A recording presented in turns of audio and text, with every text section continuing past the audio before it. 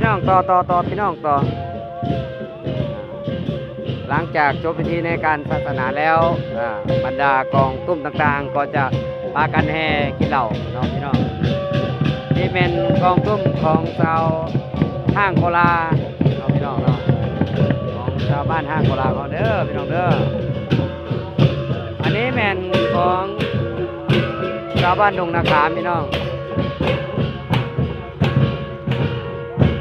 ส่วนนี้แมนของชาวบ้านนารักเองครับพี่น้องนารักกุ๊กเองพี่น้อง